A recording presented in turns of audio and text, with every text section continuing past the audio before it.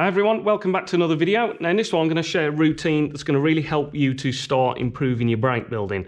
Now so this routine is aimed at the intermediate players. So if you're making 20 and 30 breaks and you want to start taking your game to that next level, then you're going to have to start thinking about break building in the right way and playing cannons.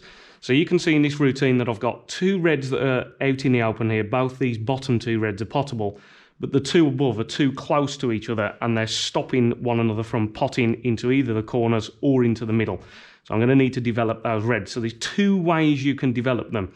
You can either leave an angle on the colour, so that might be the pink or the black, and play a little cannon into those reds, or you can leave a little angle on one of the bottom two reds that do pot, and in potting that red, you can roll through and bring one of those other ones out into open play. So with that in mind, I'm going to have a look at this routine and just talk you through all my shots.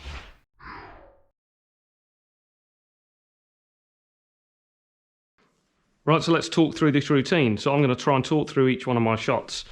Now this opening shot on the black, about middle ball, tiny touch of left-hand side, and that left is just going to make sure that when the white hits that black cushion, I don't let the white go too far this way. Without that touch of left-hand side, the white would come over towards this cushion, and I want to keep the white in the middle of the table. Now, you can see I've done exactly like what I was talking about in the intro here, that I've left this one just below the two together, and I can pot this red, and in potting it, I can bring the other one out into open play. So concentrate on the pot, make sure that you just nudge the other one slightly, and then the white runs through and onto the black. Now that was very common for me, because I think at first when you're break building, we do everything we can to avoid cannons in the pack, but actually, as you can see there, it's very beneficial for bringing balls out into open play to think about leaving an angle to disturb other reds. So I'm in a nice position here.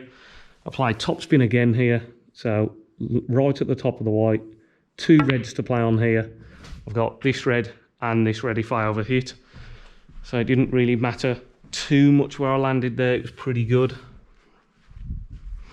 And actually where I've landed here is a nice angle on this red to stun up for the pink.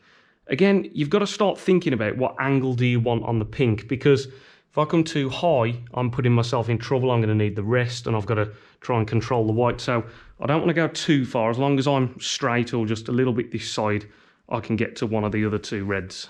So little holding shot here. So as I say, as long as I leave it straight, or yeah, like this kind of angle is absolutely perfect.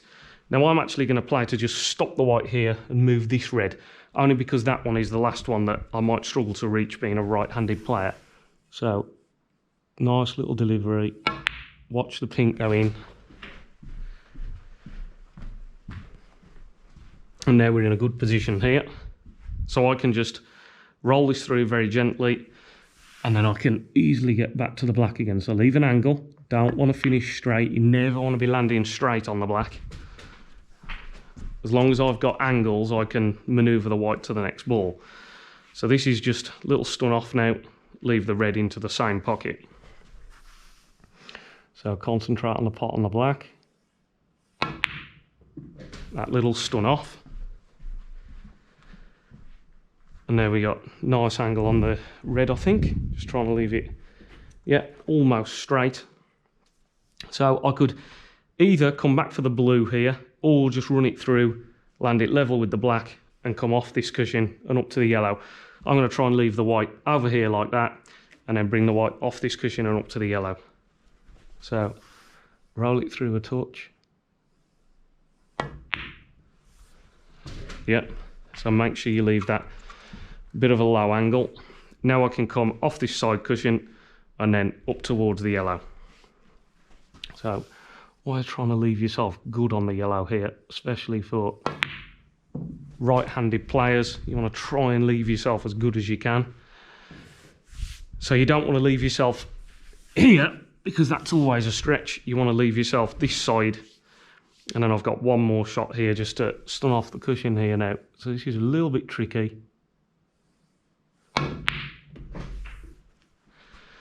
So pretty happy with that. Yeah, and I've just landed just the correct side of the green. So I can push through, keep still, watch the green go in. And then off the cushion, down for the blue, not too hard. Don't want to go the wrong side of the blue, so you're always being careful there. Now just a little run through, lose me on the pink. So nice little run through. And then this one, just a little holding shot. So I can, nice little hold with the white. Yeah, got that nice little timed shot there. And then here, you can just roll your black in.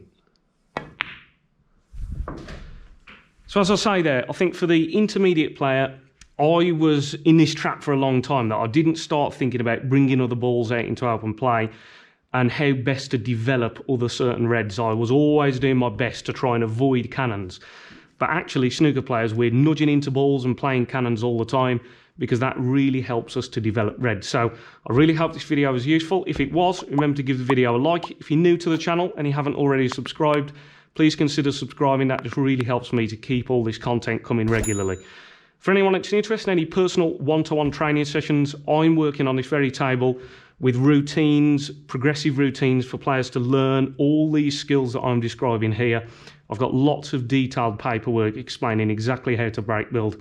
So if anyone would like any help with their own game, please feel free to get in touch. All my details are in the description below, and I'd love to help you with your game. But as always, thanks a lot for watching, everybody. I'll catch you in the next one. Cheers.